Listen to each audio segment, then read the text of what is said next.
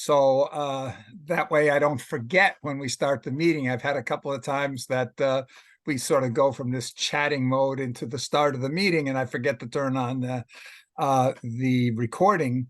And Yeah. that's important because as a global club with members around the world, we have a lot of members that just are not able to actually join the live meetings. And so it is important for us to have that recording so that they can see after the fact of what was being discussed. I also see, because we have a lot of people here that are new to this, just while we're waiting, because the regular members, they get a little annoyed sometimes when I keep repeating what our club is about. We're a global Rotary Club with members around the world, including some former UN ambassadors, presidents of universities, and so forth. And but like every club, we seek to be of the greatest service to our community. It's just our community is the world. And when we think about how can we be of the greatest service to the world, we realize that the greatest service would be to help our community, i.e. the world, to address the major problems and threats that are facing our world. And in our particular case here in 2015, the nations of the world came together and they to define some goals to address those major problems facing the world. So our club's focus really is on helping bring about the sustainable development goals in all parts of the world for all people. We call that Vision 2031, the world that could be if all the SDGs were fully achieved in all parts of the world for all people. Now, some people say, okay, that sounds pretty crazy. You're basically saying that the purpose of your club is to solve all the world's problems. Actually, that really boils down to that, because there are many threats facing our world, and to leave any of them not addressed would not be the best service that we could be of our community. Now, we realize that as just one club, we're not going to be out there and put our hands on and we'll solve all the world's problems. But what we can do is we can work to mobilize and animate the forces that can work to address the major world problems in time to avoid the most severe consequences. And looking at some of the problems that we're currently facing, whether it's climate change or whether it's artificial intelligence, some of those could be existential to the continuation of humankind. So we can't really just say, well, let's hope somebody else is going to do that, so we take that on. Now, that is what leads to our club, our sub motto of the club. We seek to be the go-to place for those who are crazy enough to think they can change the world, the whole world, and daring enough to try. Now, we have here, like most Rotary clubs, we've got normal members. They're full members of our club. They get their status in Rotary through our club. But there's a lot of people who are members of Rotary in other clubs around the world, but they like what we're doing. So they, in turn, join our club as associate members. That means they still are Rotarian through their main club, but for the purpose of the projects that we're working on and the things that we're doing, we treat them just the same as any other member of our club. They can't vote for Rotary leadership and positions and things that Rotary calls for through our club, but they can participate in all the projects. And participating in these projects, you have to realize, because most people, and including Rotarians, you've got jobs and things you're doing that are outside of Rotary. And then Rotary is your means to giving back or to contributing to the community, whether it's the local or the global community. But membership in Rotary in working on the kinds of projects that we're working on are also a means of enhancing and supporting your life in all your endeavors. There was a 10-year-old girl in the United States back in when Katrina hit in the Gulf Coast, New Orleans area of the United States, and she was really bothered by the pictures of all the people suffering as the victims of the hurricane. And so she got a bunch of 10-year-old friends together, and they decided they wanted to do something. So they decided they were going to raise some money for the victims. And they set a goal that they wanted to raise $1 million. And everybody, the adults all said, oh, you're a 10-year-old. What are you thinking? $1 million? You're crazy. Well, they said, no, we're going to do it. We're going to do it by this date. Well, the date came and went. They didn't raise $1 million, but they raised $10 million. And so this girl now is on all the talk shows everywhere, 10-year-old girl raising $10 million. How can that be? And her only comment is, what's all this fuss about? Any random kid could have done it. You just got to try. Now, do you think that girl is going to be intimidated at any point in her life when somebody mentions that something needs $1 million? She's raised $10 million. Oh, and by the way, after being on all those talk shows and saying any kid could have done it, she went home, and to prove her point, she raised $10 million again for other causes. So I think what we're looking at here is when we go and say we want to be the go-to place for those who are crazy enough to think they can change the world and daring enough to try, that we just have to go and put our minds to it. We have to keep in mind, Rotary is supposedly the largest association of business and civic leaders in the world. That means we're probably the largest collection of people on this planet with strategic skills and experience. So why can't we be applying our strategic skills and experiences to the major problems facing the world?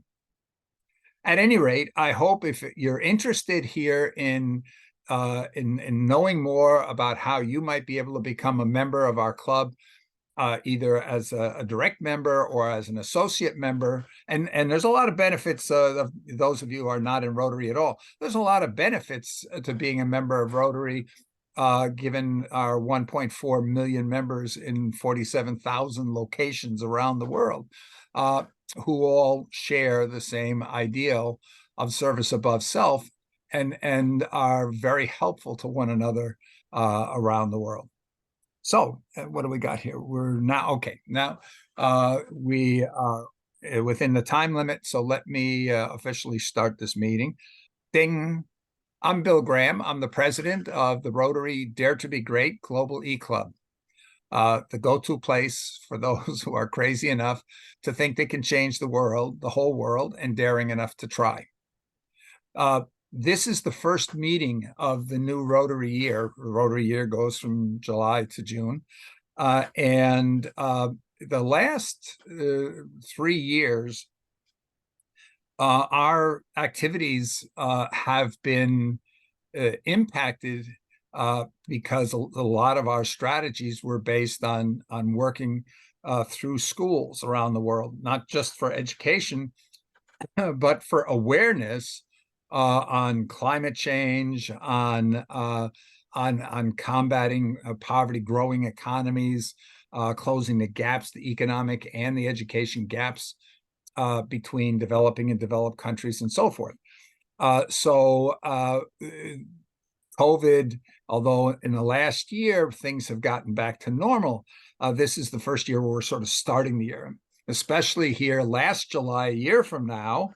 A year ago, I went to the UN, and sure enough, I came down with COVID. So for me, it got very real that we were not over COVID here last July. But I think we are now. We're at the point where we can move forward without having to think everything we do, how does COVID impact that? So because we want to get back to activities, we want to be able to show achievement, and some of the things that members have said is, okay, let's find a couple of our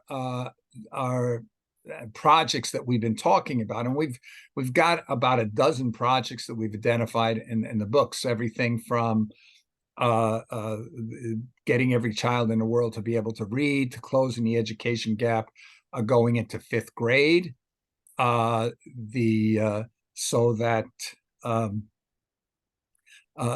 every child anywhere in the world is starting 5th grade 100% grade level ready.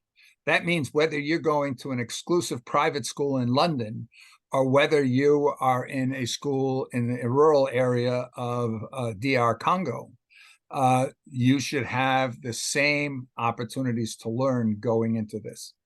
Now, the UN is very aware of the problems here with regards to education. I'm going to stop right there because I have a presentation I'll go into on that side. So let me back up a second and just summarize the agenda for today. The agenda includes focusing on the 2 projects that it seems the majority of members felt we should start with. Because they will set the stage for an awful lot of other projects going forward. And so we'll talk about those in a minute. But the first one is how, given that 2 out of every 3 10-year-olds in the world cannot read, according to a study by UNESCO, UNICEF, the Gates Foundation, and the World Bank released last summer. And I have here a headline most of you will not be able to read. But what that says is this is a German paper from Frankfurt, Germany. And all the papers at that time when I was visiting Germany were saying that 1 out of every 4, 25% of 4th graders in Germany cannot read effectively. Germany, that's not a country that people would think of, that a quarter of the population in 4th grade not able to read. And just 2 weeks ago, the media in the US was full of reports that the most recent testing of 3rd graders, I think it is, in the United States showed the worst decline in education outcomes in the United States in history. And math skills, for example, were the worst since something like 1995. So that when the UN says we have a global education crisis, I think more and more people are recognizing that. So the first goal is, can we do something to get every child in schools around the world to be able to read? That's the first project, is saying, okay, it's never been done. Before COVID, we had over 50% of 10-year-olds in the world could not read. Can we get down here so that we cut the number of children in the world that can't read by more than half and do it within a little over a year? That's the first project. The second project is in the United States, we have also in developed countries, not just because you saw the reports from Germany, but in developed countries, we see a huge gap between the students that are in the top 10% of schools and the students that are in the bottom 10% of schools. Here in New Jersey, we have something like over 1,300 primary schools.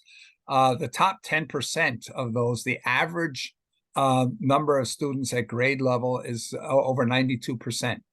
If I look at the bottom 10% of schools in New Jersey, I see that it's less than 7% of students that are at grade level. And those schools that have such poor results have those same poor results year after year after year.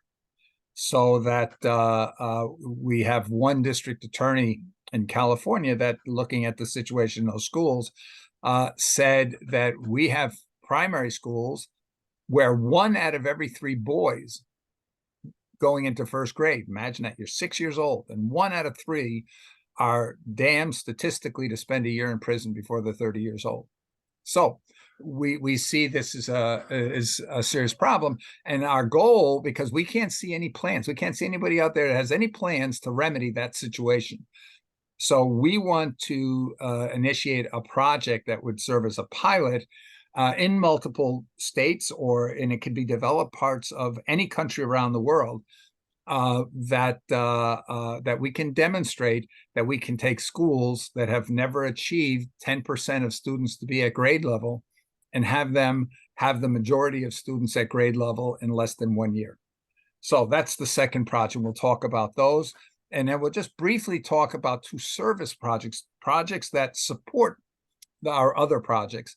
And those are, one is global communication, communicating to all the audiences, those people of influence that we're trying to influence, or the global masses that we're also trying to influence to support what we're doing. Because the idea that we can achieve anything meaningful for the world with only a fraction of a percent of the people, which, let's face it, even if we got 10 million people doing something, that is a meaningless number as far as the world goes.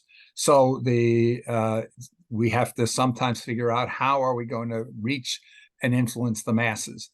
So the one committee is that Committee of Communication, and that includes everything from website to creating the YouTube channel and doing all the reach out to specific audiences out there. The second one is artificial intelligence. And the reason for that is because artificial intelligence is moving so fast and having such an impact on everything we can do. I speak weekly on things related to artificial intelligence, and even the majority of the people that are engaged in working with it are not keeping up with where it's at and how quickly it's moving.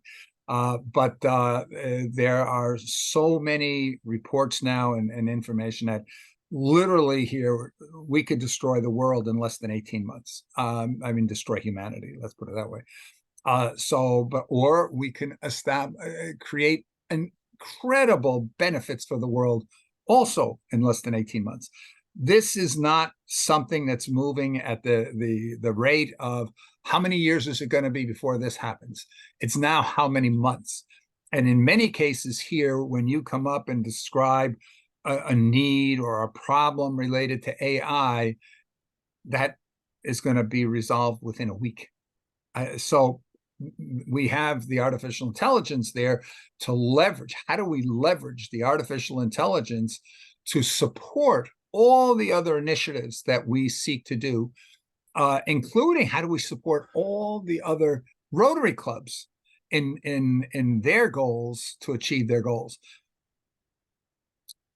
Economies of scale is something we really believe in, and it's something Rotary has not really taken advantage of.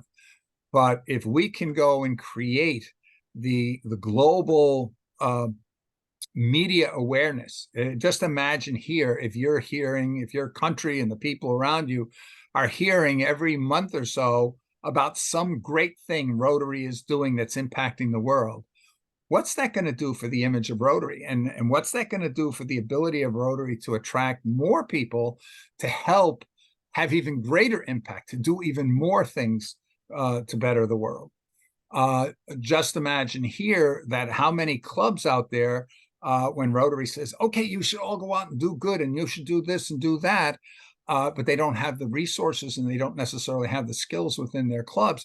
Are there things that we can do centrally to support all the clubs out there in different activities so that we can maximize the success of every individual club?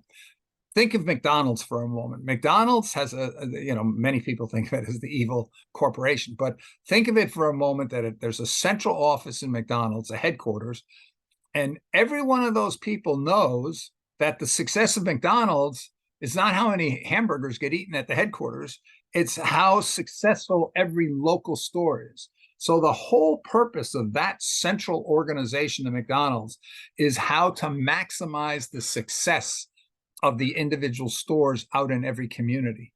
So we see the opportunity. What can we do to come up with things that can help maximize the success of every Rotary Club in bringing about meaningful change in the world? So that's a little bit about that. Okay.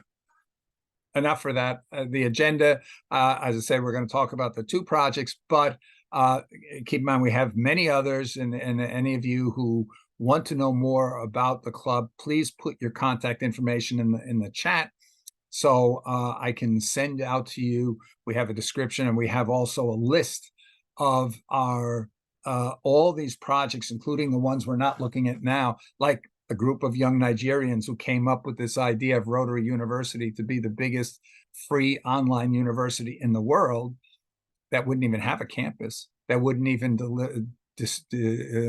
distribute a single education course, but be the biggest source of people able to get a university level credentials in the world. We're talking tens of millions of students, not just a couple of thousands or hundreds of thousands. Okay, so with that, I'm going to share my screen. First of all, does anybody want to say anything before I go into the individual projects? Okay. Yes. Meg, this is Ahmad Jafri. Can I say something? Fine. Yes, thank you please, much. Amar. Yeah, this is Ahmad Jafri from Pakistan. Bill, thank you very much for inviting us here. I think I could find 3 to 4 people more from Pakistan. So, my very quick question to you talked about the associate membership of your club. Mm-hmm. You know I am also a Paul Harris and founding member of Rotary Islamabad. How can the members from Islamabad or Lahore or Karachi, they can join and associate with this club? Yeah, absolutely. They just need to send a request for an application. The application spells out all the different things the club is about, but also the different kinds of membership and so forth, and describes our projects as well. So I just need people to send me on WhatsApp or whatever. Send me a request. Because you know, we're working in SDGs, so we like to make some sort of a global consortium on Rotary SDGs or something like Rotary for SDGs. You know that Yeah. because that will bring all of us on one page, and because you're always there at our events also on SDGs at AI, so that will form. You can bring a hub. And all the spokes can be tied to the bigger wheel also. Thank you, Bill. Please continue. Thank you. Okay, thank you, Amar. Bokai, yes. Please tell us where you're from and your comment or question. We can't hear you.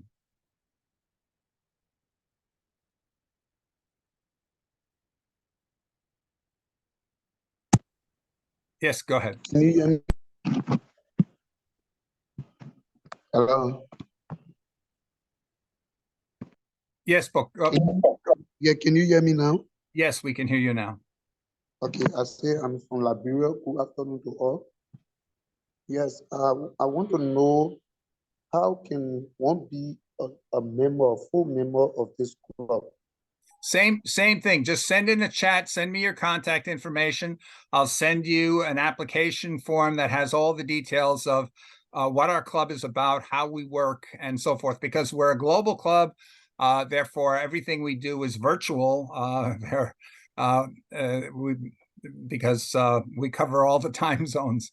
So just put it in your chat, your contact information, and you'd like to get an application, and I'll get it out to you. Okay. My second question. If Okay. an organization is into this process as well for helping children, charity organization, like what I do in my country, I have an organization called YOPSI, Youth for Community Empowerment Program. We can carry on awareness on education, how children should go back to school, and let unfortunate children, how people should leave drugs. So in case an organization member want to be full member or cooperate or have a partnership with this club, can it be? Yeah, yes. keep in mind, as I said, we realize here as just one club, we can't change the world by just applying our hands. In fact, we have a saying, some people use their hands to help a few, others use their heads to mobilize others to help many more. And so we are very interested in supporting that. But I have to put a caveat in this. When we look out and see over the last 20, 30 years, Rotary alone has done almost 1 million projects per decade. If we add in all the other NGOs, we're into like 10 million projects per decade. But yet when we look to see, looking at World Bank statistics or similar, to say, where have we gotten closer to solving any of the major problems facing the world, we don't see the necessary progress relative to those problems. In fact, the Secretary General has said we are far from being on track to addressing the major problems facing the world in time to avoid catastrophic consequences. So when we look, we see one of the main reasons are we ask ourselves, okay, how many of all those tens of millions of projects now over the past few decades have focused on having impact on the problems, the major problems facing the world? In other words, on moving the global needle relative to those problems. And we see there's been almost no projects that had as their explicit aim the goal of improving the overall world situation regarding the problems. Almost all the projects have been dealing with the consequences of the problems, helping the victims of the various problems. That's great for those victims, but the problem is because we don't solve the problem, we have more victims next year and the year after that. So we've got to find a way so that we make sure that we focus on efforts that are going to have meaningful impact on the problems and the causes. Now that brings up ethical issues. You know, you come across you're carrying medication to help 100 babies in some community, and you come across a sick child that's dying, but that would need 10 doses to keep that child alive. Do you stop and help and give the 10 doses to that child to help that child survive? And then you get to your end destination and somebody says to you, now you pick out the 10 children who are going to die because you gave away their medications. So we have to think that opportunity cost to everything. Whatever we do, there are other things that didn't get done because of our focus. So again, going back to the Rotary idea that we're supposed to be strategic leaders. Leadership is tough. You got to make tough decisions. So when we look here, we have the vision, for example, Vision Africa 2030. How do we close the gap between especially sub-Saharan Africa and let's say Europe for quality of life for everybody? How do we come up with solutions for that? And we have to realize sometimes the solution that's going to help us improve the overall situation may not necessarily be beneficial for everyone. And that's the trade-offs that we've got to take into consideration there. Wafa, yes, please. Yeah, thank you. I hear you also talking about climate change. About which? Climate change. Climate change, yes. Climate change is a huge threat. I hail from a climate change background. I studied a major environmental study in climate change at the University of Liberia. And what I've learned over the past, that because of human activity, you understand that climate will not change to the way the citizen or the people or the inhabitant want it to be. So, Ando, how can we do that for the climate to be? I'm sorry here if I need to cut you off a little bit on that, because I'll say one thing to climate change and then we'll go on, because I know there are people here who are here specifically to hear about these two projects. But I do want to address climate change because we realize the seriousness of climate change. We are looking here to have committees for each of the major projects that we're working on. And so we coming off the COVID situation here, we need to have a focus. But we realize the seriousness of climate change. And if we have enough people in the club who say, you know what, we need to have an active project on climate change, we'll create a committee and we'll create a group that will focus specifically on coming up with a project to do something about that. Now, having said that, keep in mind, Rotary, we had a president of Rotary a couple of years back from Australia who made as his annual goal, if you would, he called on every Rotarian to plant a tree. At that time, 1.2 million Rotarians. And I know there were Rotary clubs there that did tree planting parties and they patted themselves on the back. We're making a difference in the world. And I felt really good about that until I looked at the statistics. And I saw that we cut down or lose about 600,000 trees per hour. And then when we realize here, this has been going on year after year. So I did some statistic playing here, had the computer estimate some stuff for me. And I came to the conclusion that if we wanted to restore the tree cover that we had in the world in 1992 at the time of the Rio summit, we would have to be planting 5 million trees per hour, every hour, 24 hours a day, 365 days a year for 5 years running, and we can restore to where we were in 1992.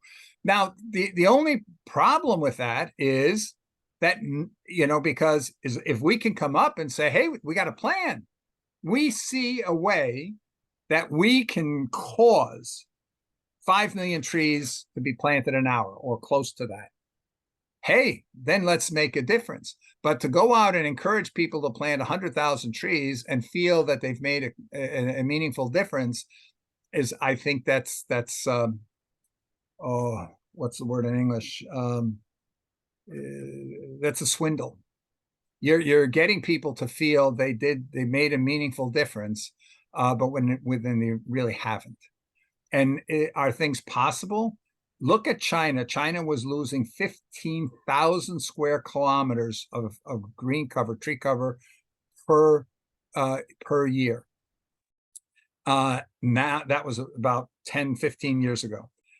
Now they are reclaiming more than 1,000 square kilometers of tree cover per year. So that we've gone from a huge amount of tree loss per year to they're gaining, and they're increasing the rate at which they're regreening, if you would, the country. So they show it's possible, but it's not by individuals going out and planting individual trees. They have there's a solution out of Australia with these helicopters that fire almost like rockets tree seedlings and are able to plant over 100,000 trees a day. So and that's just one such unit. So the idea here is we have to set meaningful goals. We have to set goals based on what's needed and not what we think we can do. It's when we stretch to find ways to do what we don't know how to do that we really grow the most. So that is, you know, that's the only thing I want to say here for any project area. We have to have meaningful goals that we're following. Okay, Wafa, and then I'm going to go on to the projects, please. Yes, I actually like the topic today because the reading, it's international. Even in Egypt, the school now, the students, they taking private classes with the teachers because the school doesn't have ability or good like enough time to teach all the students, and they do not read. If you I give you example here in USA too. If I'm in the cashier at the cashier buying something, I found that the cashier finding a hard time to count the money, which they give it to her on the computer. They give it to me. Sometimes they give me less, sometimes they give me more, and they don't know to count how the money. This is international for the math and for the reading. And as WAFA organization, as I'm founder and director for WAFA organization, I can have some of our staff to help students internationally for their homework. So I know we have limited time, so we make it short. I have actually one of our staff now, she's working on her master degree. She just joined us too with the meeting. And this is one of the service we do as WAFA organization. We help the kids for the homework to improve their reading, to improve their skills for the math and for the. Thank you. I think you're going to hear some interesting things coming out of this because, you know, again, this is like planting the trees. When we go out, it's easy to imagine how can we help a school? How can we help a clinic? The issue is, how do we help 1 million schools? Okay, and that's something here that it takes a different kind of thinking. But if we're going to achieve the goals, this is how we have to be thinking. Okay, Naveed, last comment before we go to the projects. But Naveed. Sir, my comment is regarding your first project, that you have indicated that there are issues related to kids not have been able to read or write at the 4th grade, probably in Germany, and 3rd grade in America. I just wanted to make a comment that this is just one of the skills. Maybe this is the reason is not that they are not interested, but they may like to listen or visualize things in a better way. That may be a mode of interacting in a different fashion, because these kids are from a different generation. They have been brought up. Reading and writing is just a skill. Is it good enough that we focus on this on two abilities, or rather doing something which are different for these kids? Reading is just one thing. It's the thing here that right now most of the talk in the world is about the shortfall in reading ability around the world. And what we need to be able to do is we need to be a little opportunistic. And in some cases here where we look at how can we leverage a situation to bring about benefit. Well, I think most people would agree that being able to read puts a person in a much better situation today, given that there are so many things where the only thing you can find to help guide you to learn something or go to the next step is something you can read. So will that be the case in 5 years or 10 years? Maybe not. And we have other projects. We have projects that are aimed at literally the problem solving, teaching people to be problem solvers, teaching people to be independent learners, teaching people to be entrepreneurial. So there's many aspects, but this is just one. So I think that's a good segue to take me over into the project itself. So I'm going to share my screen.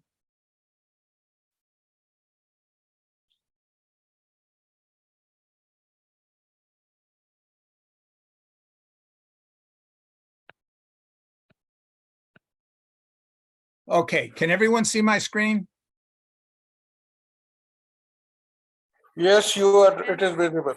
Okay. Yes. By the way, I posted, some people asked for my WhatsApp number. I posted that in the chat.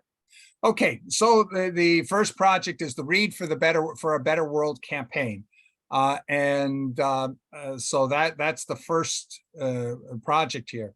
Now, as a preface here, I mentioned that the world's in an education crisis. I brought up some of the examples here. Right now, because the world is hotly interested in this, we have legislatures in states all across the United States. You've got the governments in Europe, you've got the UN, you've got so many places around the world that are just wringing their hands. We got an emergency, we got an emergency. We got to do something about this shortfall in education due to COVID. Because basically here the number of children who can't read increased almost 30% from what it was prior to COVID in 2019. So this creates an opportunity right now that while awareness and concern is so high, that this is, my belief is an ideal time for action if we're looking to reach the hundreds of millions. If you're working and saying, hey, what can we do about this community, this school or that school, that's a different story. But if you want to have an impact in the world, you've got to come up with solutions that have the potential, at least, of reaching the hundreds of millions. So what's the goal of this project? The goal here is to get every teacher in every school in the whole world to pledge to get 100% of their students to be able to read by the end of 2024, by the end of next year. Nothing more, nothing less. This is really important to understand, because some people are saying, well, let's get them reading about climate change. Let's get them reading about this. Let's get them thinking about global citizenship, all these things here. No, nothing more than reading. And it's very important. We are not suggesting here we are going to provide a program to show people how to learn to read. Well, actually we do. We have a separate project, but that's a different project that has an example that's been proven that can get totally illiterate children able to read with understanding, able to read well enough to read a newspaper in just 3 months at only 1 hour a day. But that's we're not putting that into here because we don't care how a teacher or a school, if they're dedicated to some particular product or some particular method, we don't care as long as they commit. I'm going to find a way to get every one of my students to be able to read by the end of 2024. Now, if we can get them all to pledge, yes, I pledge, I'm going to do that. Then we can start going and reporting how well individual schools and countries are doing to live up to the pledge. But we'll take care of that later on.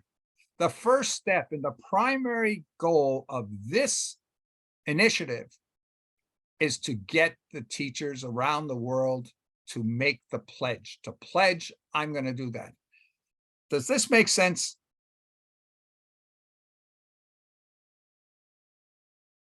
The reason I'm saying that is because when we look here and we look at the gap in the US in education in general, we see that the main reason is because the education system has learned to live with the status quo. So in other words, as long as the results next year are not significantly worse than this year, you're okay. But to go and say, I'm going to do something really intense to bring about meaningful change, that doesn't take place. So here is just the question here. We keep complaining of the state of reading in the world, but what's being done about it? Everybody says we need to do it, but well, we can't do it. We need more teachers. We need more money. We need more of this. We need more of that. Basically what I think we need is we just need more people trying. So we don't necessarily think every teacher who tries is going to succeed with 100% of the students, but they'll probably succeed with more than they've been succeeding with if they're trying harder than they have been until now. And some will succeed fully. So that's the goal. Now, the current strategy thinking is if we can get a person of global influence, somebody like the Secretary General, maybe as part of the Transforming Education Summit, to go after describing here the state of education in the world, reminding people of state education and the need for drastic action, to announce this pledge campaign and make it the talk. The goal is that we make it the talk of the media, that the world media is saying, wow, look at this. We've got this major push to get every child in schools in the world reading. Now, I've got to say something here because some people are going to say, what about all the children not in school? Well, right now we have to realize that if we say that there's roughly 64% of children worldwide who can't read, and we say about 20% of the children in the world, it's 18 to 20%, are not in schools, That still leaves us with about 45% of all children, 45% of all children that can't read are in school. And when we go and look at it from the percentage of kids in school, we see more than 50% of those kids who attend schools can't read. Now, we can think of, well, yes, well, if we're looking here at sub-Saharan African countries or Southern Asian countries, yeah, we can see that. But I did some studies quite a number of years ago looking into the state of education in the US, and I happened to talk to an adult literacy program in Pittsburgh, I think it was. And the interesting thing about it is almost every person, every adult in that program that was there to learn to read had a high school diploma. That means they made it all the way through 12 years of education without learning to read. And when I was a professor at Purdue University, I had juniors coming into my first class, I was shocked one year when I had a junior start my class and found out that he couldn't read. A junior in the university who could not read. He was the star athlete. He was a backup Olympic runner. And so nobody was allowed to touch him, except I blocked him from athletics. Almost got fired, but anyway, the bottom line is he did end up learning to read. But the point that I'm trying to make is that if we have more than 50% of the children in schools who can't read, this campaign is aimed at them.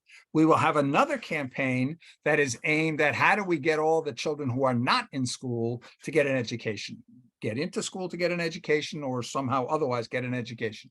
But that's separate. That's another project. This project, we're focused on the 50+% of children in schools who are not learning to read. Okay, so the first thing here, we need everybody in the world talking about this campaign, this idea that there's going to be a major push worldwide to get all children in schools able to read.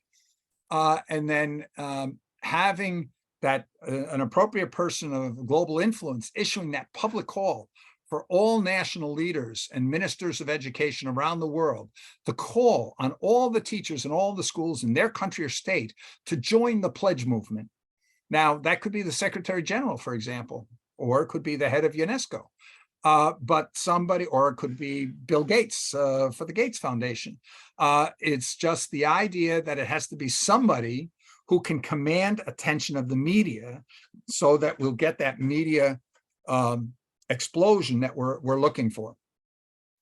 And then have the media talking about a public call and also issued there for all NGOs, for corporations, for entertainers, for internet influencers, everybody, and especially like the Teacher and Library Association, to start campaigns that are supporting the call for all teachers to make the pledge. Then to get national leaders and those ministers of education to echo that call within their own countries and states, to get all the teachers in their countries to make the pledge. Then we get down to the local level where local Rotary and Lions clubs and similar organizations can ensure that those global and national appeals that maybe the local people didn't hear or didn't know about, that gets spread into every local community and to every education leader in those communities around the world, along with an offer to help. Okay, you're going to pledge to get all your students to be able to read by the end of the year. How can we help? We can maybe do tutoring. Maybe there's a program you're using, whatever. But this is the current strategic thinking. Again, we're not pushing any particular solution. We're just pushing the need for everybody in the appropriate roles to try. Okay, as an important part of this, we see an opportunity to reach out to all the publishing houses that publish tools that support reading. ABC Mouse, Hooked on Phonics. I mean, there's hundreds, if not thousands, of organizations out there that publish materials to help students read.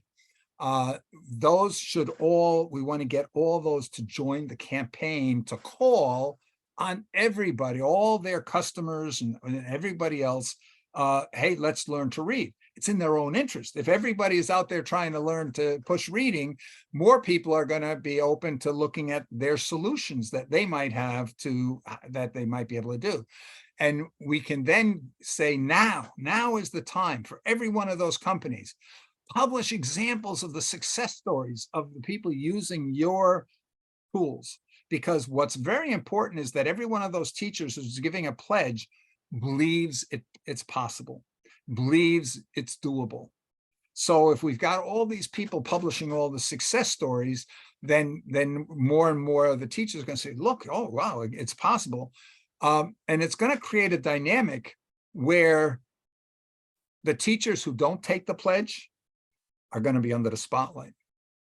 Why aren't you pledging? If everybody else is pledging here, they're going to get their students to be able to read by the end of the next year. Why aren't you pledging? Why isn't your school pledging? So that a little bit of blackmail maybe, but or pressure here. But the bottom line is we need everybody pledging. And from the perspective of these vendors, it's like a regional tourist office. You've got competing hotels and restaurants and entertainment venues, all that compete with each other within a particular region or community or city, but they all work together in the tourist office. Why? Because their first goal is to get people to come to their region. They can't fight over the people who didn't come to their region. So in this case here, if you're a supporter of reading, the first thing you want to worry about is getting people to be trying to read, because otherwise nobody cares about your offering. So these are, I feel, two very important steps along this way. So how do we go about doing this? Well, the first thing we're looking is to build that core support group for this concept, for this idea. Then win a couple of ministers of education as champions. About the UNESCO for the Transforming Education Summit, there were representatives from roughly 150 ministries of education from around the world that participated. We have contact to a few ministers of education already, and what we want to do is get them reaching out to their colleagues in the other countries so that we build a groundswell of ministers of education saying, yes, I'll be on board. You get this thing started and I'll issue the appeal in my country to get everybody on board. Then we want to go out and win the support of Rotary International leadership, the headquarters. Now, I have spoken to Gordon McAnally briefly, very briefly. He seemed positive to the idea. I know Jennifer Jones was positive to the idea of what we could do that is going to enable Rotary to do more. Or as we go back even another year of Rotary leadership, do more and grow more, because the more we can do and the more that's visible, the more people are going to say, I want to be part of that movement. So we want to get their support on board. And keep in mind, Rotary Lions and Kiwanis have formed a partnership on dealing with major issues. This is a primary candidate for that. Then we want to win the support of the teachers' associations. How do we elevate the teachers back to the role of heroes? Now, in some countries, that's not a problem, but in many countries around the world, teachers are not necessarily so greatly appreciated. In some cases, they're villainized as the fault for the poor education outcomes. So we want to get them. The Association of Library, the International Federation of Library Associations, and all their member library associations in countries, they're a natural ally. They should be all over this.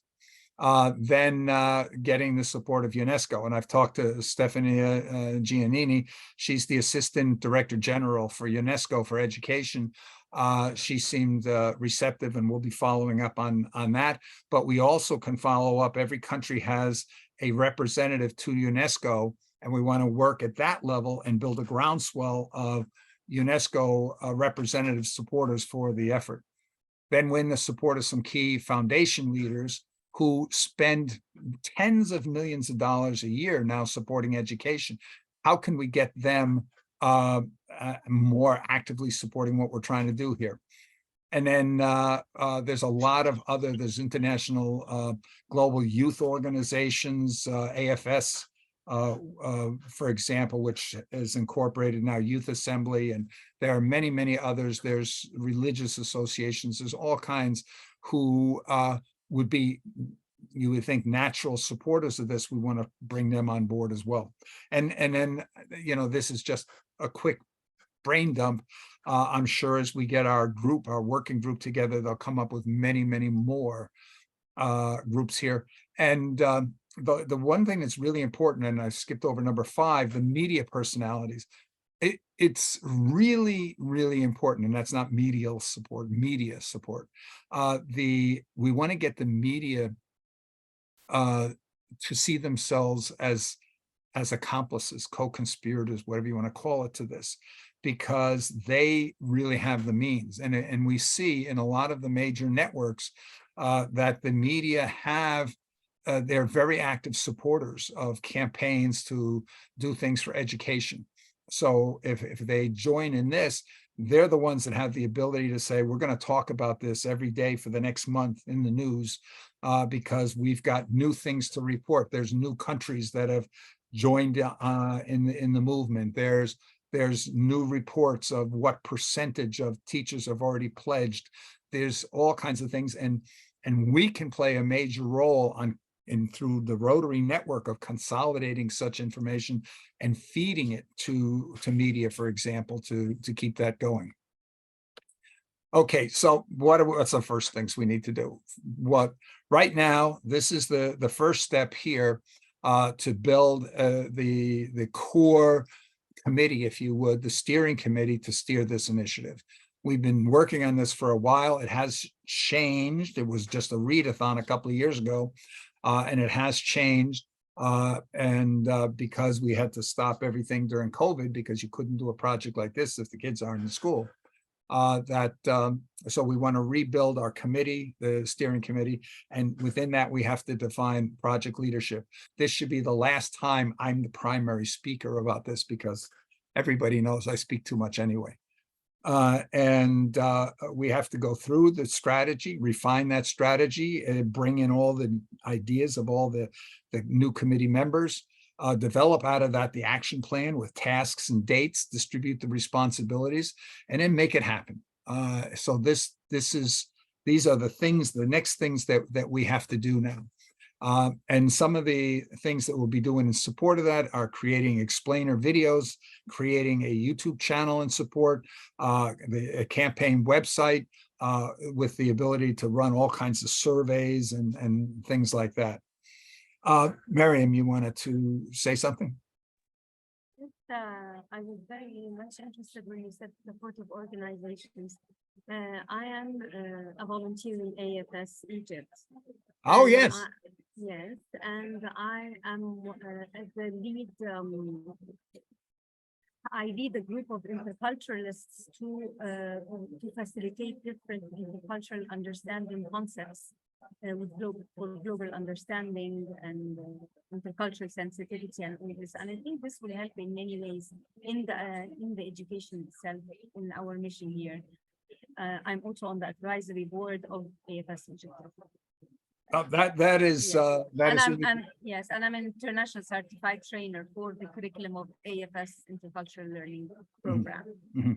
Great. Well, definitely get in touch with me after the session here, because we have some connections into the top structure of AFS as well. Let's combine the thinking on that, because they could be a significant help in moving things forward. Okay, so one thing here before we see who else has comments or questions, there is the idea that if we're doing this and saying, hey, by the end of 2024, we would like to get have every student in the world doing this. One of the success stories I mentioned is we have this project that was done in a controlled environment with hundreds of schools, really terribly performing schools in India, where there was a control group of schools and a test group of schools, then demonstrated that they could teach these kids to get these kids to read in less than 3 months at an hour a day. And they had a second one that related, which is to get the kids to have mastered second grade numeracy, math, also in 1 hour a day in the same period. So it covered both foundation skills that are necessary to build upon for further education. The math, we may want to add that on this. The reason I didn't put that in is we don't want to complicate the message, I don't think, at this stage of the game. It's a little bit more difficult explaining the math piece than the reading piece, but we may still want to combine it. But at any rate here, we've got the demonstration that it works. Now, the reading part of that takes only 32 pages of written material to get any reader to the second grade level to be able to read a newspaper. So 32, and it's shared by multiple students. So the costs are almost meaningless, and we could literally say, okay, each Rotary Club here, you need to get a small number of copies for the schools in your area and do a fundraiser for that. But a thought was that we had this idea for this campaign that we were looking to do for the 75th anniversary of the UN back in 2020 before COVID. And that we thought, oh, this might be the opportunity that, and it could be a mutual effect, to call for an event that would take place in the beginning of 2024 to raise money to fund, even though it's not much funding needed, but to fund not just the provision of the tools to help reading, but also to fund enabling children who are not in school due to poverty to be able to go to school. And so we're looking at a campaign and we say, this campaign could raise literally a couple of $2 billion in less than 3 months. And the idea is a global readathon. So when we call upon the idea that we want to get everyone reading by the end of 2024, we can say, and we've got a preliminary event on that where everybody who can read already, we're asking them to read 20 hours during a month to be declared Read for a Better World Month. And that's 40 minutes a day. So the idea here is then to have some major foundations announce that for every hour a student reads anywhere in the world, they will make a donation, or within a specific geography, they might say within a country or within a city. But any hour a child reads during this month, they will make a donation to a fund that will be used to enable students who currently are not in school due to poverty to be able to attend school and perhaps be fed in school, because hunger is a main reason why a lot of children are not in school today. So, Mr. Bill, can I have a question? Okay. Okay. Mr. Bill, this is a Read for Better World, is a great idea. How can we link it with SDG 4? Because well, that's what it is. It would be an SDG 4 initiative. SDG 4. So I think that would be an excellent idea to organizations like Rotary and SDG. I think SDG Academy Pakistan definitely would like to go with both. And I can see a lot of interest in these things in Pakistan. So I think that will be a wonderful idea in which we can make some sort of relationship between Rotary and SDGs. And because in that case, we'll be getting attention from both sides. This. So I think if it is already in the plans, then it's okay. Thank you. Yeah. Yes. As I say, we don't. The reason I didn't put this slide in here is I don't want people thinking, oh, the fundraising and things, because when I just described it, so many people came back and they were talking about the fundraising. And we have to keep in mind the pledge is the primary purpose here. But if we go and announce this readathon, and let's say once it's announced, the local Rotary clubs can go out to business people and others in their communities and say, okay, let's incentivize our local readers by going to our and saying for a local class, for the students in that class, we will make a small pledge for every hour they read in that class. It could only be a penny, 2 pennies in some parts of the world. It doesn't make any difference. It could be 10 people collecting together to say, we'll donate a penny. If you're in Malawi, if you're in Nepal, there are many places there where literally 10 people putting together a penny for every hour read within a school class is a stretch for them. So we have to see. But in the US, for example, we have examples of similar readathons where the typical amount raised per student participant in the program is around $45 to $50. So, you know, we take the average of all of that together, and it's only a question of, okay, how many students participate? So if the issue, if it's announced, let's say from the Secretary General, hey, everybody, in preparation or as part of the campaign to have everybody reading by the end of 2024, we're going to do a Read for a Better World readathon to increase awareness for the whole subject matter, to give those students who can read somewhat more practice, because for many students who just barely can read a little bit, 20 hours is probably more than they would be otherwise read within several years. So it increases the practice. But the real secret of all this is, let's say we do get 500 million kids. That's about half the kids that would be candidates in schools. Let's say there's 500 million kids participate in that campaign, and we reach on average only 20 cents per hour read. 500 million kids reading 20 hours, that's 10 billion hours. If we get to 20 cents per, that's $2 billion raised. Okay, and what this all does is it gives us an excuse in the month following that. Let's say March was the month that's declared to be the Read for a Better World month. In the month following that, we can declare and honor the Reader's Day. That would be a day where every community is expected to hold a honors ceremony to honor the students who participated in the readathon as global citizen heroes, because the hours they read led to the raising of the money that so dramatically changed the lives of millions of the world's poorest children who are now able to go to school, learn to read, and get an education so that they can contribute back to society. So in one other aspect here that we're looking at with foundations is to encourage foundations, you know what, offer matching funds. So whatever the local Rotary and Lions clubs get from pledges from businesses and others in their community to support their own local kids, that we have foundations saying, I'll match whatever they've pledged to give, I'll match that up to some amount. And I believe we can put together a coalition of foundations to offer up to $1 billion in matching funds. Because right now, think of this. Mark Zuckerberg came to Newark, New Jersey, and gave them a check for $100 million to one school district with no strings attached. And now everybody's wondering, well, you know, it's years later, what came of all that money?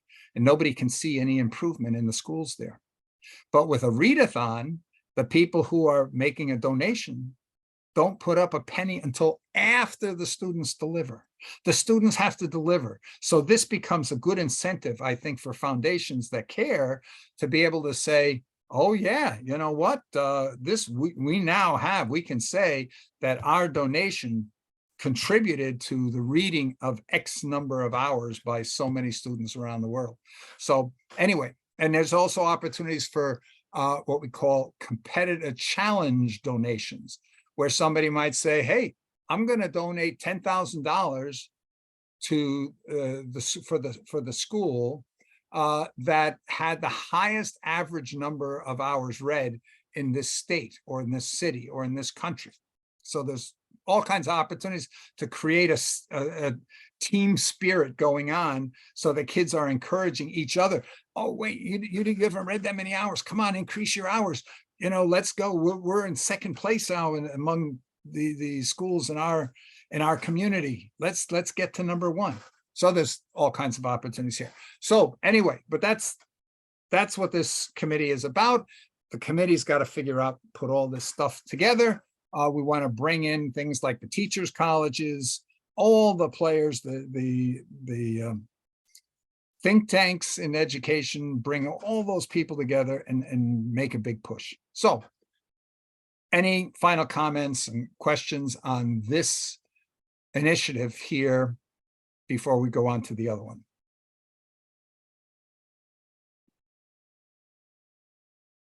See, I talk so much, I probably put you all to sleep.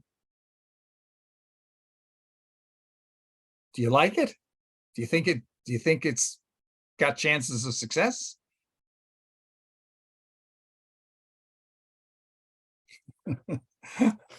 Okay, I guess you are all asleep. Okay, so let me move on to the second one. Now, the second one, it says developed countries close the education gap. And I talked about the problem that we see, for example, in the United States, and we see it in Europe as well, the gap between the best performing schools. I'm not talking about the best performing students. I'm talking schools, the best performing schools and the worst performing schools. That's a huge gap. And if you happen to live in a community, we're talking primary schools here. So if you happen to live in a community where the primary schools are not performing and not achieving, then you're pretty much damned to not get an education, not getting meaningful or competitive education. So the goal is here, we've got to figure out a way so that it doesn't make any difference where you live, that every child has a chance to get a comparable competitive education. Okay, so developed simply means access to education. We know there are huge numbers of people out there, they do not have, their problem is access to education. There's no schools near them, or the schools that are near them don't have the staff or don't have the facilities. So we're talking here, when we say developed in this particular case, we're talking about schools that have the same means as the successful schools, but they just are not being successful. There is a separate project that we have that's called Close the Education Gap in Developing Countries. And that's talking about, okay, how can we create solutions that are going to enable those children who don't have access to the same means to still be able to achieve the same successes. And so that's a different approach, a different way of looking and thinking about the problem. So this one here is only talking about the developed world, and that could be places in South Africa, for example. That you've got cities and places that match the best schools anywhere in the world, and you can find that in almost all countries. Even in Pakistan, you've got these areas there with great schools as well. But you've got also some schools that have the means, maybe they got donated or whatnot, but they have the means, but they're still not being successful, and we'll get into that. So we talked about how big the gap is in many developed countries, and the fact that the dropout rate in communities where they have low achieving primary schools is high. So that becomes the issues. So the goal for this particular project is to demonstrate that it's possible to close the education gap between schools. That means we want to take a meaningful number of schools, for example, 10 schools per state or region, that have not managed to get even 10% of students to grade level in almost all the previous 10 years, and help them get the majority of students to grade level, or setting a target of 70+% as a goal in just 1 year. that would be a media sensation. But what it primarily does is it removes any excuse that any school might have for not getting the majority of their students to grade level every year. And that's what this is all about, is to create a situation where no school can just say, well, look, that's just the way it is in our community. The community is the problem. There's a cartoon I should have put it in here, where we sort of show the problem is you've got the education community saying, we can't fix the education situation until you fix the social and family dysfunction situations in the community where the students come from. And you've got the politicians and whatnot saying, we can't fix the social situation and the economic situation in these communities until after you fix the education system, so that we get the young people coming into the community are no longer have the mindset and situation of that failed community in the past. That finger pointing gets us nowhere. So we're saying here, look, let's just demonstrate that we can do this, and we have to do it without any changes to the community or family situations, and do it without any increase in funding or staff. Now, one of the things that's very interesting is when we look and we see, well, we got these failed schools and we have successful schools, we don't see a lot of difference in the quality of the teaching. So, and what we do is we bring these kids into the school. We take the same curriculum, whether you're in a wealthy school district with 92% of kids at grade level, or you're in a failed community that is impoverished and where only 7% of kids are at grade level. And we try to say, you all got to learn the same thing. And this reminds me of a hypothetical survey we were looking to do with 7th grade math teachers, where we would go and say, okay, are you willing to pledge to get 100% of your students to be at 100% grade level by the end of the year? And in communities like where I live, the answer would be, what do you mean? I do that already. That's what I do. No problem. I'll pledge. And you go into a poor community where they've only got 7% of their kids at grade level, even in primary schools. And that 7th grade teacher is probably going to say, are you crazy? Yeah, that teacher in that wealthy community can say that because 95% of the kids enter their class at the beginning of the school year grade level ready. 95% of my students come in having failed the previous year and are 2, 3, 4 years behind in grade level. It's unfair that you even ask me to be measured by the same measure as those teachers in wealthy communities. So we then say, well, if we can guarantee you that all the students coming into your class next year are grade level ready, 100% grade level ready. In other words, they're 100% at the grade level of the previous grade. Would you then pledge? Sure, no problem. So the 1st grade teacher who is doing that, and there's studies from a Bloomberg organization, for example, that has studied the working and welfare class families and have discovered that children from working and welfare class families start school, they reach school age, they're on average, not on average, but up to 2 years behind in mental maturity and verbal vocabulary. Now we take these kids with the reduced verbal vocabulary and we put them all together. So they can't even learn from their peers because their peers don't have a better vocabulary either. If we had mixed those kids in with the general population, they'd be mixed in with kids who have a larger verbal vocabulary to begin with, and they would learn some of that just through association. But we don't do that. So we put them all in there. So then we take these kids that are 2 years behind in verbal vocabulary and the kids that are up to 2 years ahead in verbal vocabulary, and we put them in the same curriculum. And then we're surprised when we don't get the same results out. So this is a situation that just literally has to be dealt with. But the primary piece here is saying you cannot go and say, well, you have to fix the families, or you have to fix the community, or you have to give us more money and more staff. the goal here has to be no dependencies, no excuses. You have to go out and find solutions that work with the situation you've got, not the situation you'd like to have. Another point here is we're saying, let's initially focus only on 4th grade and only math. If we get every 4th grade student to be at grade level, that means that 5th grade teacher has experienced that we talked about, that all the students entering their class are grade level ready. And why math? There's 2 reasons. One is math is considered to be the hardest subject for most kids. And therefore, if they can get an A in a 100% grade in the hardest subject, that boosts their confidence in the ability to learn. So many children, by the time they're in 4th or 5th grade, all they've heard is, you're wrong, you're wrong, you're wrong, you're wrong. And their confidence in their ability to learn is almost 0.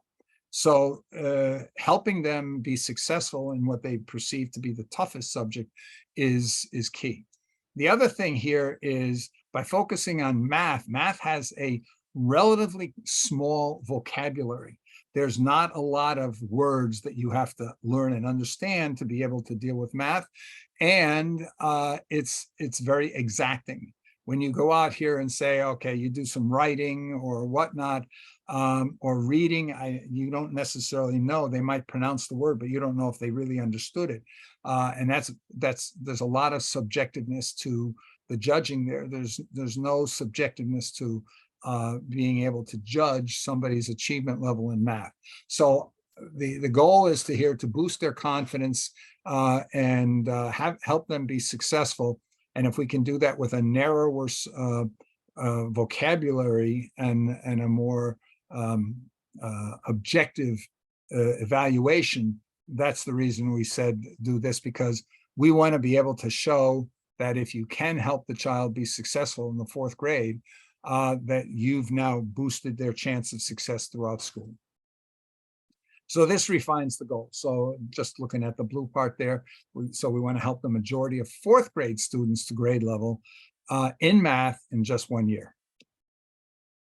Okay, to start, all of us that are part of the committee, that are part of making this happen, we first all have to believe it's doable. So you have to believe we can go into a school where we're looking at 4th graders who most of them couldn't multiply 3 by 4, and say, we're going to get those 4th graders to be 5th grade ready to be at 100% by the end of the year. In other words, right now, some schools say if you get 70%, you pass. Some schools say if you get 60%, you pass. We're basically saying we want these students to have 95%. 95%. So do you believe that we have a way that in 1 year, we can take children who can barely count and have them have mastered all the math through the 4th grade in 1 year? So, and then once we see a way that we believe could work, the bigger challenge is, can we find some schools willing to give it a serious try? Because one of the biggest problems in education is that educators are perhaps the most risk-averse population in the world. They feel they're under a microscope. They feel everybody is just blaming the teachers. And so they are very loath to try anything new in case they fail to bring about the kind of success. So we have to get schools. If we can't get schools to try it, then everything is for naught. So some of the givens, the quality of teaching and teachers and teaching in the failing schools is not usually that much different from the quality of teaching in top schools.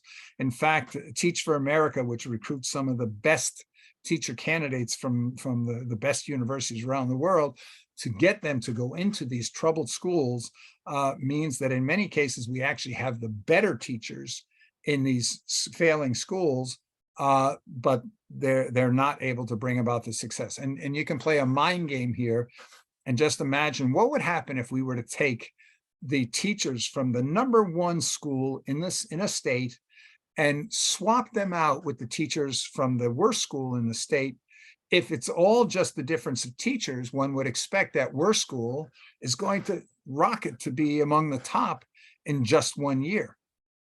Others say, well, they're not going to be able to make a difference. So the odds are we'll probably just end up with most of those teachers wanting to quit the teaching profession at the end of the year. So the bottom line, we don't think it's teachers. And we don't think it's money, because we see examples of some of the worst achieving schools spending up to 40% more per student per year than the top schools. And I mentioned about the Bloomberg studies being 2 years behind. And then we consolidate all the poor children with lower vocabularies together. Plus, we see among the direct causes higher absenteeism.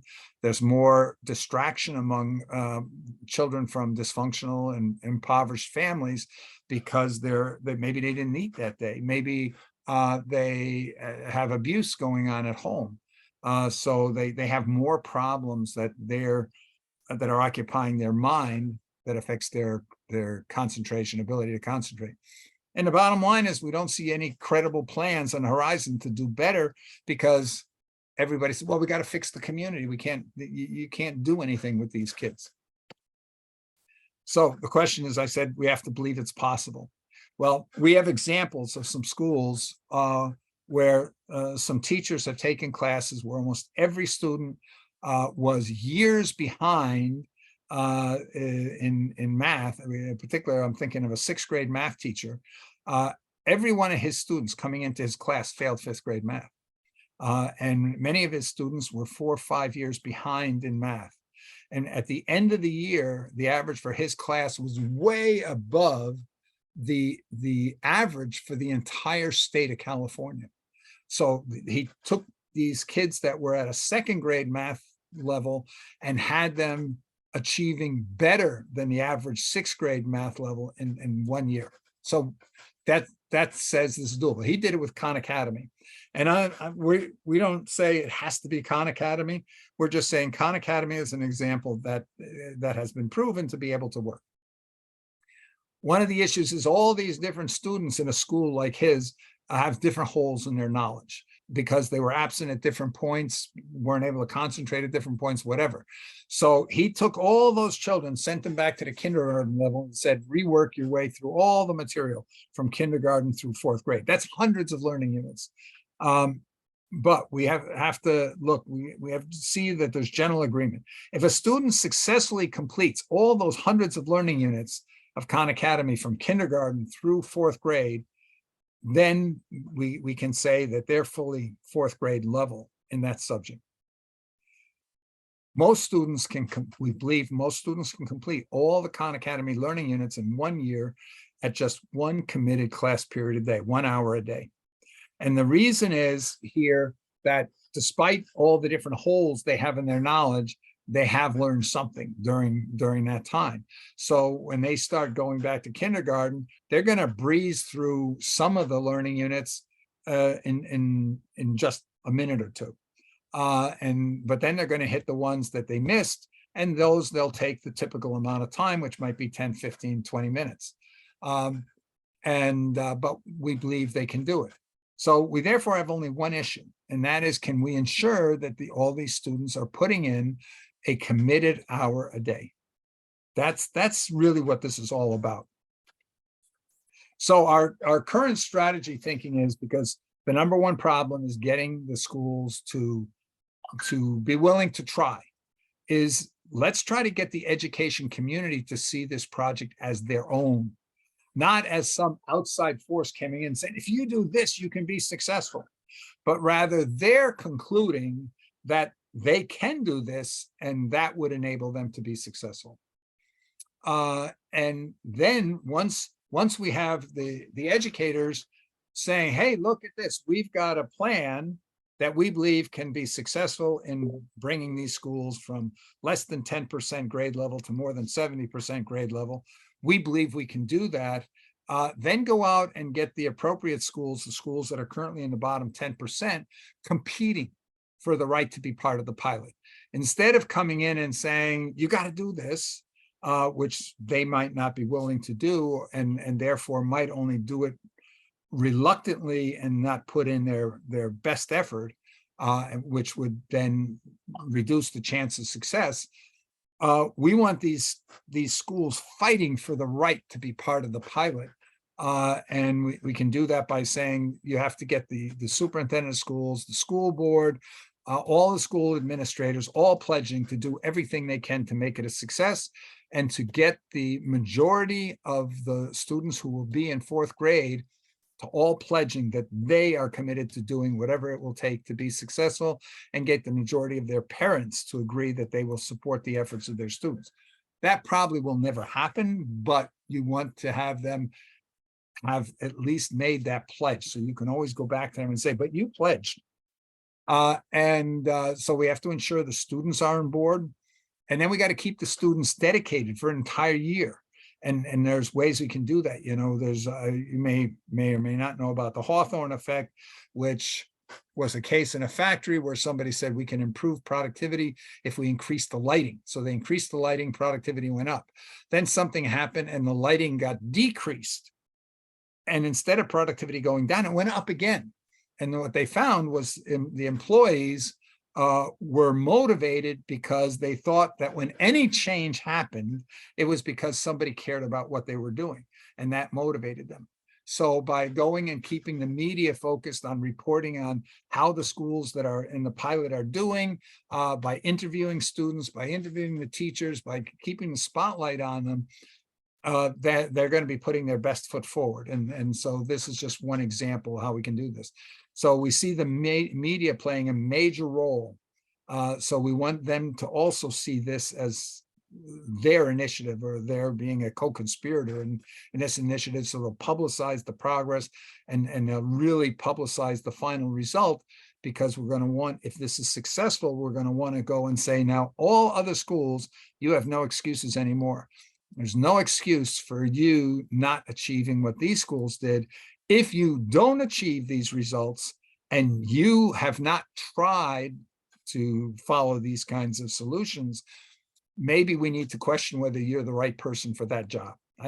You're hearing here, I've got no problem here of putting pressure on the people that need to do something to bring about the result. On one hand, primarily what we're looking to do is to make all teachers, give all teachers the opportunities to really become heroes in their communities. But for those that are not willing to put in the effort, I have no problem turning them into the devils. Okay, some start-off ideas. We want to get some media co-conspirators, the education journalists of major newspapers, TV networks, etc., in the area. Get the education community. We want to listen to the teachers. As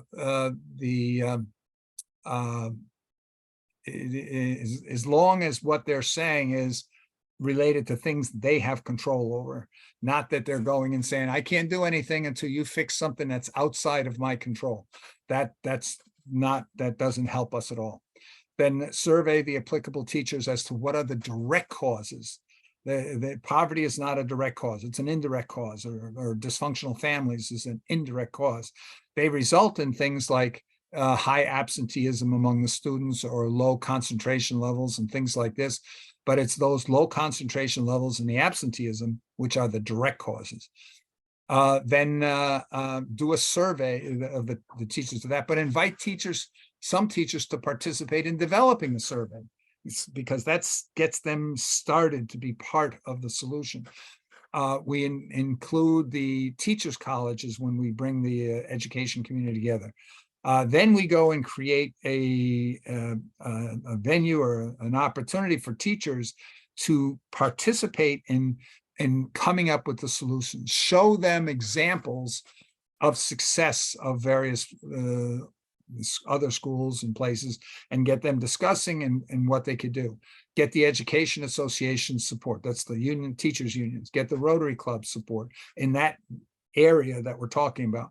Get some of the superintendents and principals as co-conspirators to say, let's figure out a way to make the educators the heroes, and win the support of education think tanks like the Brookings Institute.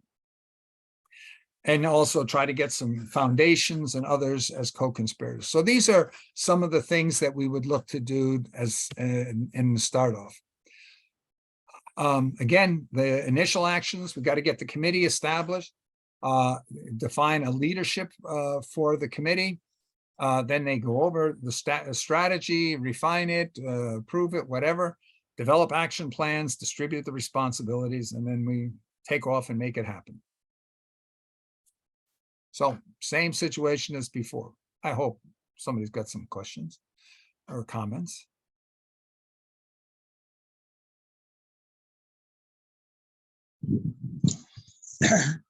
Thank you, Mr. Bill. You have done a great job because I believe that one man can change the world, and we are here more than 1.4 million Rotarians, and we can make a difference. We can do a lot of things. But you have taken very good initiative, and I appreciate it. And practically in our club and in our vicinity of Mohenjo-daro, where I reside and where my club is, we are taking in such way that you know here pointed out. So I need to study more your this presentation that we may make more effectively work. Thank you. Okay.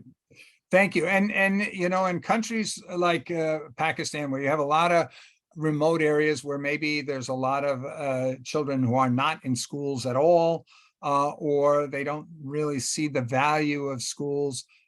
You know, we do have that idea, and this is getting back into the artificial intelligence thing, of creating, setting imaginations on fire tour, where we would envision Rotarians going in with a suitcase that has a computer with a satellite link and a projector, and being able to provide a live access to things like ChatGPT or the graphics, DALL-E 2 or Mid-Journey or something similar, in local communities for the kids or anybody in those communities, and having them have the ability to say what's the most crazy thing you can imagine, and have them describe something and have it instantly appear on the screen in front of them, because the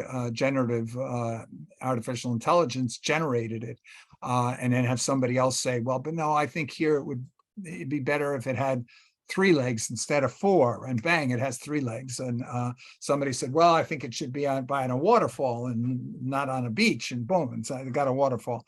So the idea here is these kids get to realize that whatever they can imagine can be made real, or at least visible, or being able to go out and say, I don't know, tell me how to increase crop yields in this and this situation, or how can we get water? This is the situation we have, and to be able to get answers. The idea is blow their minds, but getting them to say, I want that, I want to have that. Oh, this can be part of the vision of Pakistan 2030 that we would love to see. We would like to see that, whether it's Liberia, Pakistan, wherever it is in the world.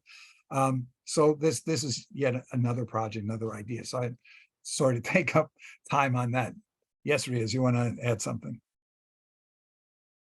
Oh, no, you're clapping, that's all. Okay. So anyway, other comments, other questions?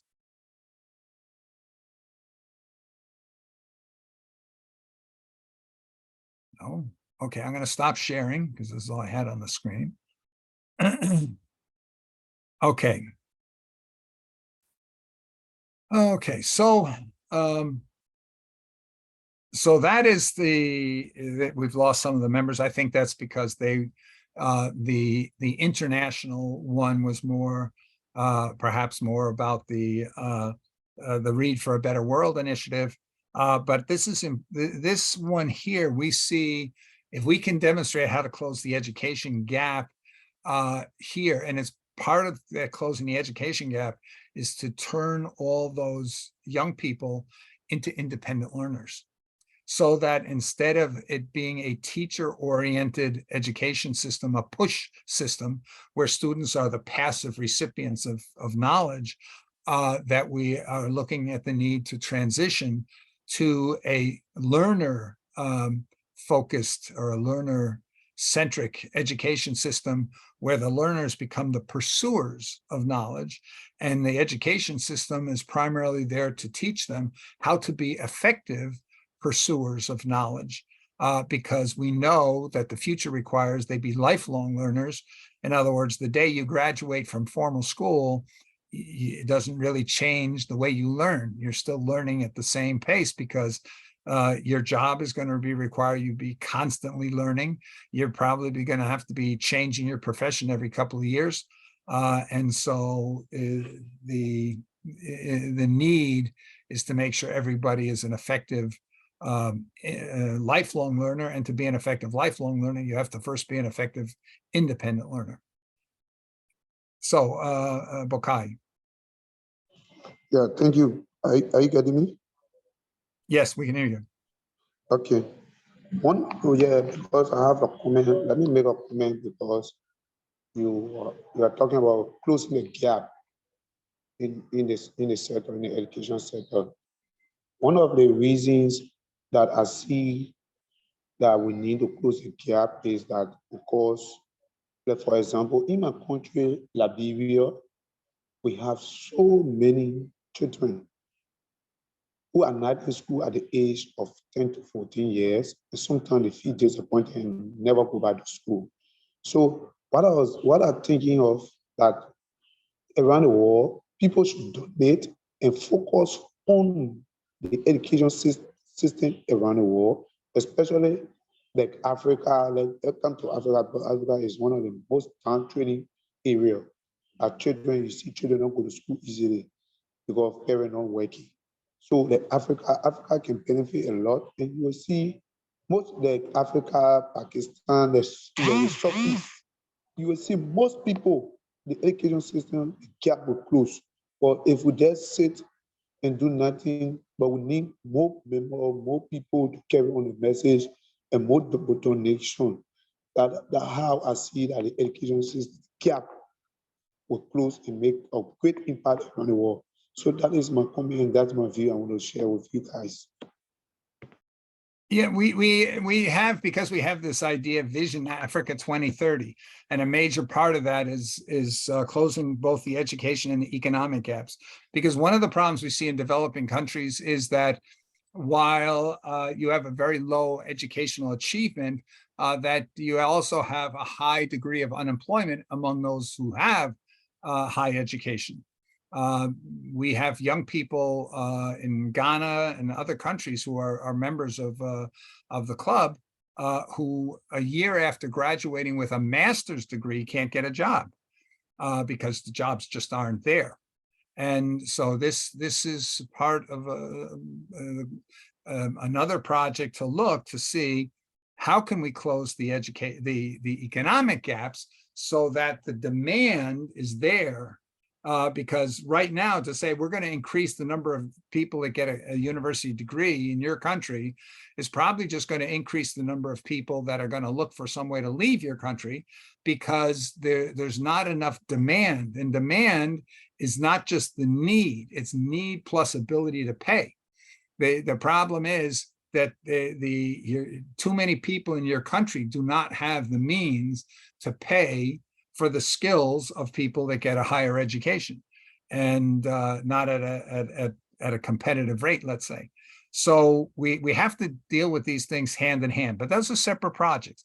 And we have to be careful that we don't get ourselves in the bind that because we're trying to solve everything at once, we don't do anything, because we haven't figured out how to get them all going at once. And this is why we've picked two, because if we can go and do what's never been done before, if we could reduce the percentage of children in the world who can't read down, let's say to 30%, never existed. It was 50 some odd percent before COVID. If we manage to get it down to 30%, now a lot of people are going to listen to ideas and believe it's possible to have a global impact. So we have to start doing something and getting a result. So we've looked at these first two initiatives. Our initiatives tend to go and say, how do we get the great majority of the world population engaged in doing things? How do we get them to be more aware and concerned about the major problems facing the world?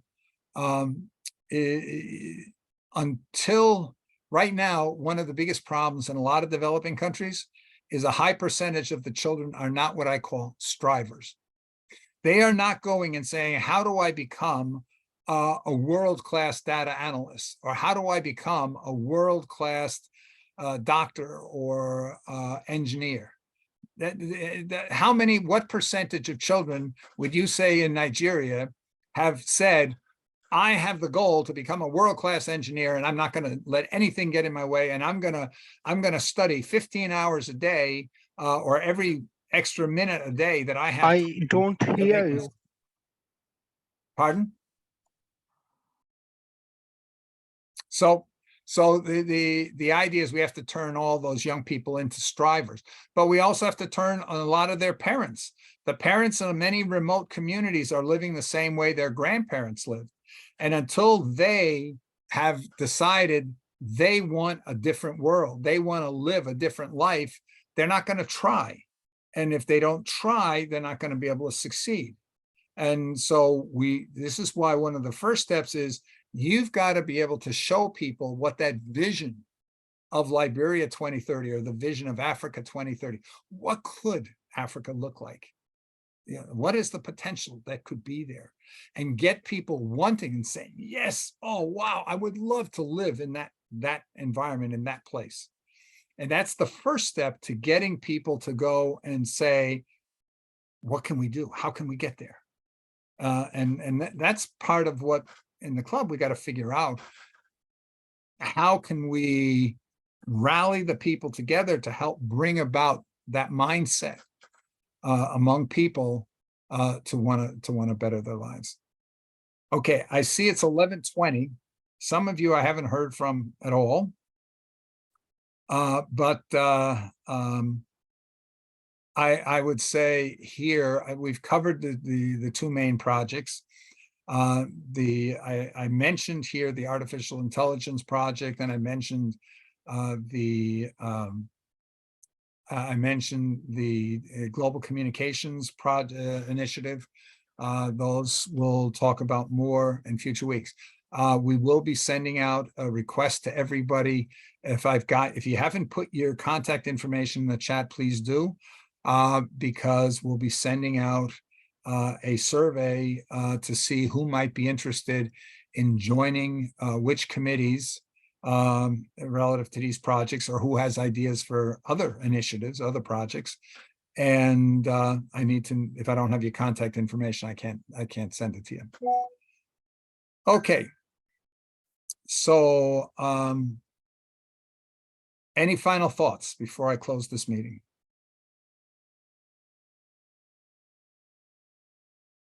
Okay, then with that, I thank you very much for sticking with it. I thank you for bearing with me again, doing almost all the speaking.